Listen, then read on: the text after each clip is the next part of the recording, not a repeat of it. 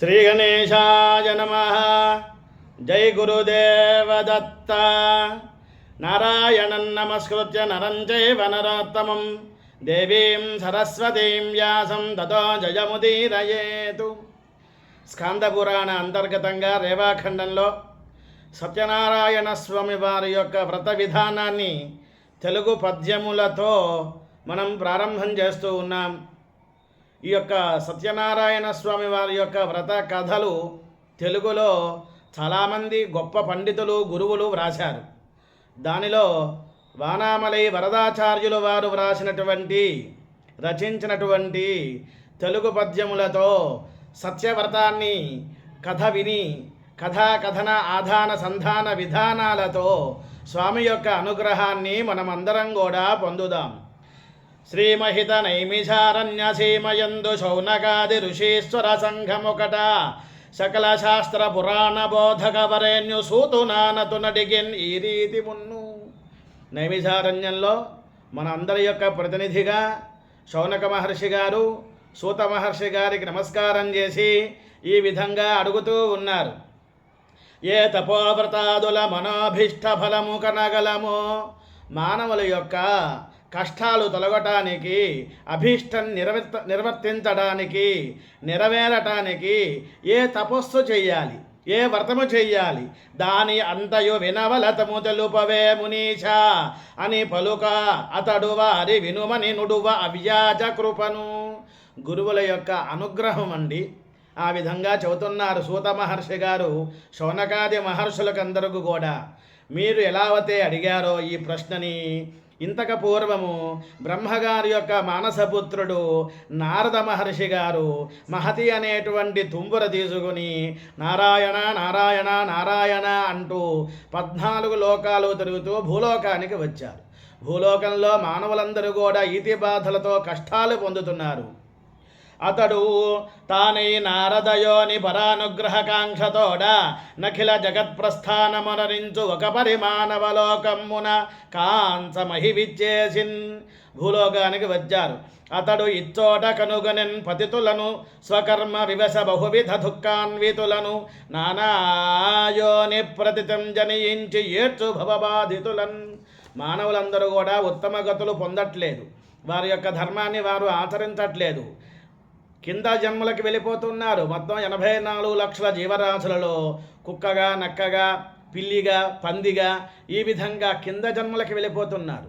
ఉత్తమ స్థానానికి ఉత్తమ జన్మ పొందట్లేదు. ఎందుకని అంటే అలసిపోతున్నారు. కనియ ఆ నారదముని తన మనమున ఇటులెంచి ఇట్టి మానవ కోటిన్ మనుచుటకు దుఃఖనాశమొనరింపగా సులభ మార్గము ఒకటియు లేదే. వీళ్ళు ఈ విధంగా కష్టాలు పొందాల్సిందేనా? కష్టాలు తొలగింపచేయటానికి ఏమైనా ఉపాయం ఉన్నదా? ఏదైనా సులభమైనటువంటి మార్గం ఉందా అనుకున్నారు. అనుకని వెసవైకుంఠంబునకు జని అచుట వెలుగు మోహవసితవ వర్ణుని నారాయణం కనుకని తన కరముల మోర్చి స్తోత్ర తత్పరమతి శేషశయన వనమాలాభూషణ ధృత శంఖ చక్రఫుల్లాబ్జగదాభూషిత చతుర్భుజ భవశోషక మృదుపాద నిత్య సూరి వినోద. వైకుంఠలోకానికి వెళ్ళారు. నీలమేఘఛాయ శరీరంతో ఉన్నారు స్వామివారు. నారాయణమూర్తి. 4 వేదములు కలిసిన వారు కాబట్టే నారాయణ అనేటువంటి 4 అక్షరాలు.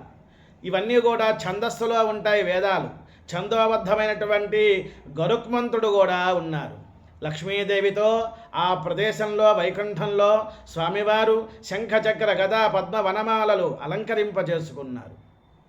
పీతాంబరధారి వేష్ఠీతి విష్ణు అంటూ నమస్కారం చేస్తూ జనన మరణ రహిత వాజన్మసాతీత స్వభక్త మానసా బాధాపనయన సంధాత నిర్గుణ గుణ సముపేత ఆది కూర్మోద్భూత.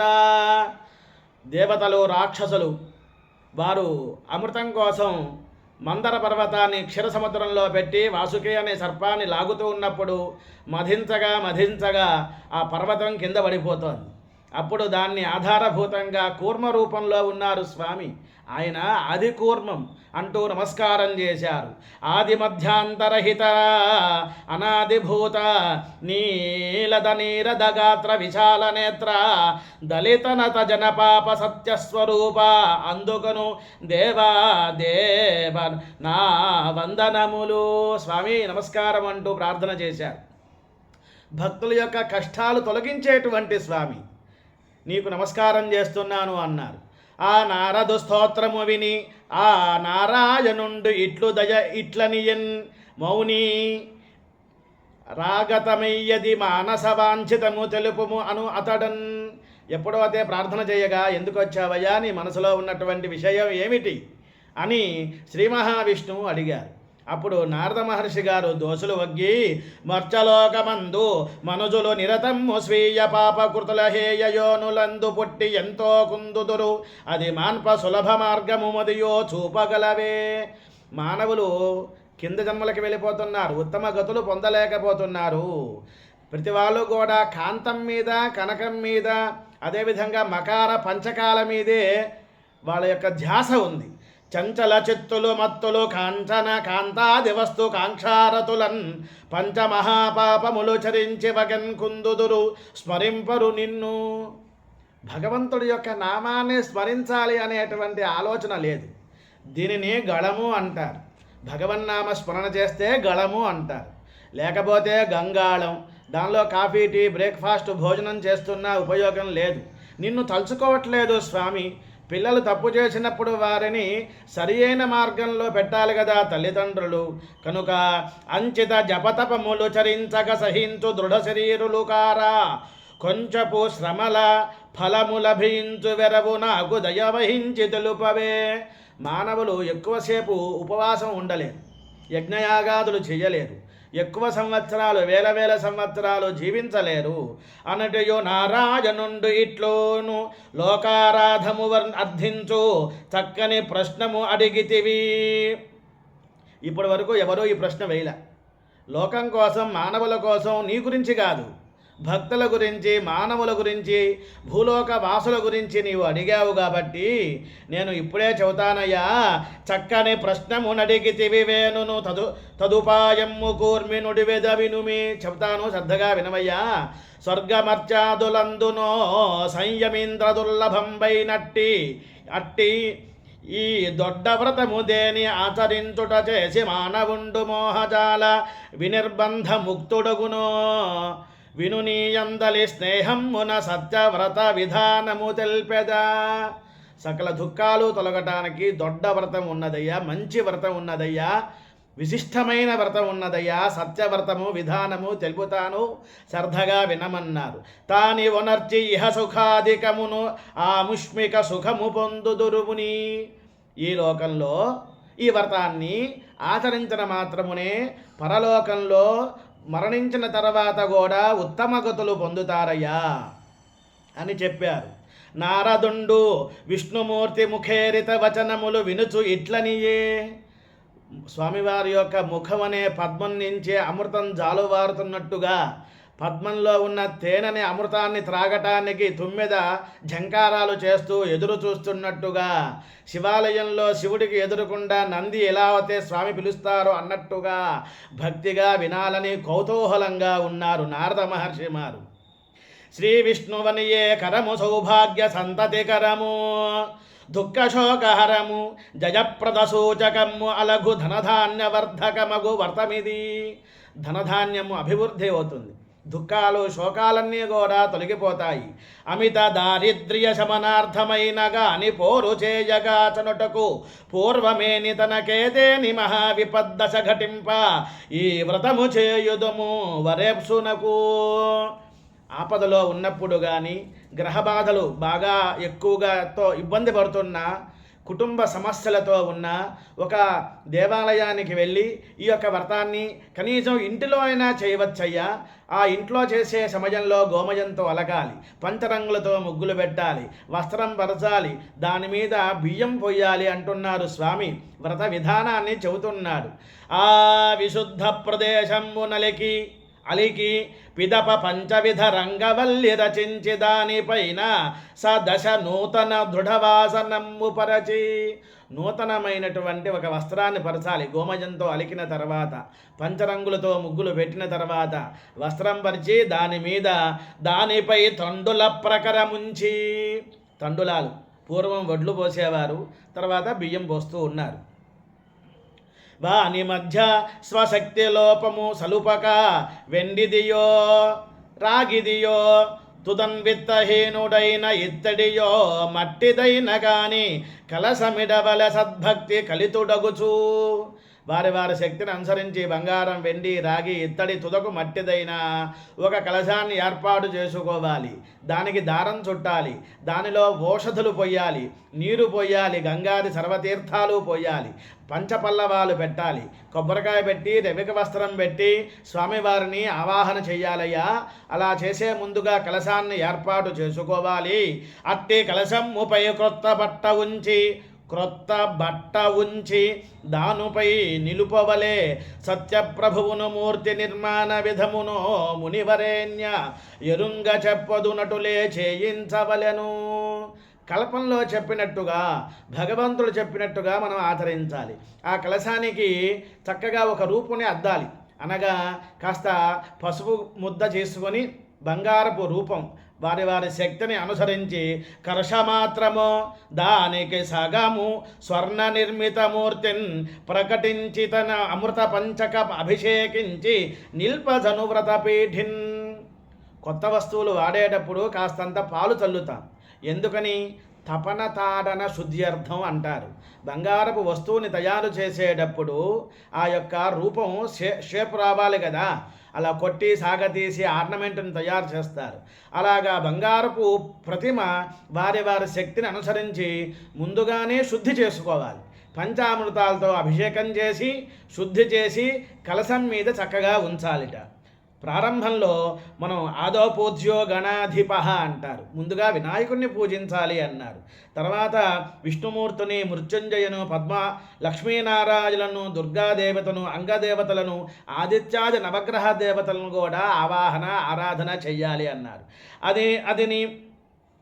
ఆదిని మొట్టమొదటగా విఘ్నేశుని, ఆమీదట పద్మజను, విష్ణు మృత్యుంజనియున్, శ్రీదుర్గ అంగదేవతయు, ఆదిత్యాది గ్రహములు అర్చించవలెను. అధిదేవగణము మరి ప్రత్యధిదేవగణాలు మన దిశాష్టకములయం అధిపులగు శక్రుడు ఆది విభుదులను సంపూర్ణ భక్తి పూజింపవలెను. అధిదేవత, ప్రత్యధిదేవత, నవగ్రహాలను ఆవాహన చేయాలి. శక్రదేవతలు అంటారు. అంటే శతక్రతములు చేసిన వారు ఇంద్రుడు. ఆయనకి చిన్నగా పదం శక్ర అంటే శతక్రతులు. అష్టదిక్పాలకులను కూడా ముందుగా ఇంద్రుడి దగ్గర నుంచి, తూర్పు నుంచి కూడా ఆవాహన చెయ్యాలి అన్నారు. ఇలా చెబుతున్నారు స్వామి. నారద ఏ తద్వర్తమును ధారుని నలుజాతులందు తనరు పురుషులేన్ నారీ జనములేనియు కోరికమై ఆచరింపకుడుము వినుమి. పురుషులైనా స్త్రీలైనా ఉద్యోగ ధర్మాలలో అన్నవరానికి వెళ్ళినా ఎక్కడైనా వ్రతం చేస్తున్నా భార్యాభర్తలు చేసుకోవటం మంచిది. ఒకవేళ దూరంగా ఉన్నా మానకుండా కూడా ఈ యొక్క వ్రతాన్ని ఆచరించవచ్చయ్యా. స్త్రీలైనా పురుషులైనా భక్తి కావాలి. సతతము భక్తి శ్రద్ధాయుతుడై సత్యవ్రతము వనరింపవలెను.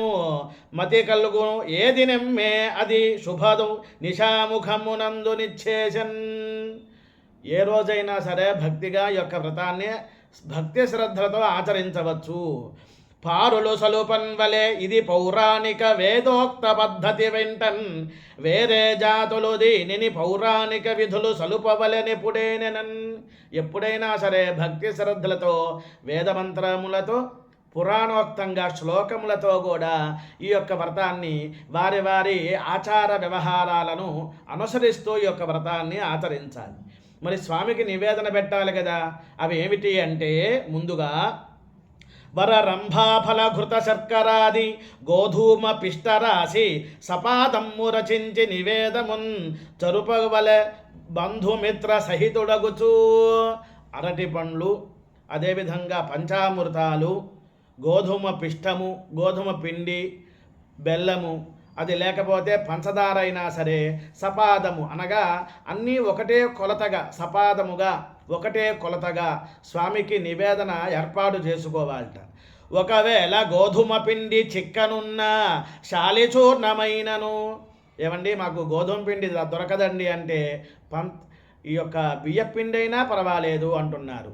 ఒకవేళ గోధుమ పిండి చిక్కకున్న శాలిచూర్ణమైనను సరే శర్కరయును చిక్కకున్న గుడమ్మేని చేర్చి సర్వభక్షములు ఐక్యపరచి సపాదముగను దేవదేవునికై నివేదింపవలెను.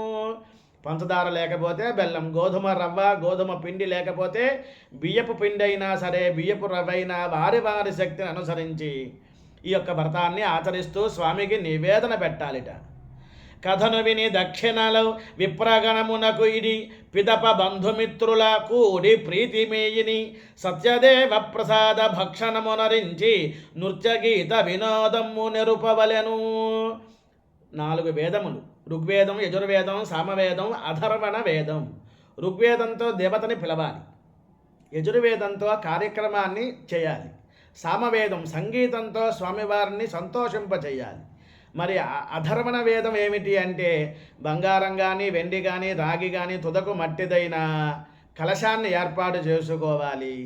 దేవతల్ని ఆవాహన చేసేటప్పుడు రూపం బదులుగా రాగి పైస పెట్టేవారు, రాగి యంత్రాలు పెట్టేవారు. తర్వాత రూపాయి నాణ్యములు బదులుగా ఈ యొక్క బేడ కాణి అర్ధాని రాగి పైసలు పెట్టారు. ఈ కాలంలో రూపాయి నాణ్యములు పెడుతున్నాం, అలా పెట్టకూడదు. విద్యుత్ ఉండదు కదా, మెటల్లో విద్యుత్ ఉండదు, కాపర్లోనే రాగిలోనే ఉంటుంది. కనుక రాగి పైసలు ఏర్పాటు చేసుకోవాలి, స్వామివారిని ఆవాహన చెయ్యాలి. ఆవాహన చెయ్యంగానే ఆకలి వేస్తుంది కాబట్టి ఖర్జూరం పెడతాం నివేదన, తమలపాకు ఒక్క తాంబూలం. గ్రహములను బాధలు తొలగటానికి శుభసూచకముగా పసుపు కొమ్ముతో కూడా స్వామివారిని ఆవాహన చేసి 4 విధములుగా ఋగ్వేద, యజుర్వేద, సామవేద, అధర్వణ వేదముగా బంధువులతో వ్రతాన్ని ఆచరించి ప్రసాదాన్ని స్వీకరించి నృత్యగీతములు కూడా వినోదం పరచవలెను. తదుపరి సత్యస్వామిని మదినెంచుచు నరుగవలెను మందిరమును కెయ్యది తలపది అది సిద్ధిం పొందవు లఘుపాయమిది ఏ భూతలమందు.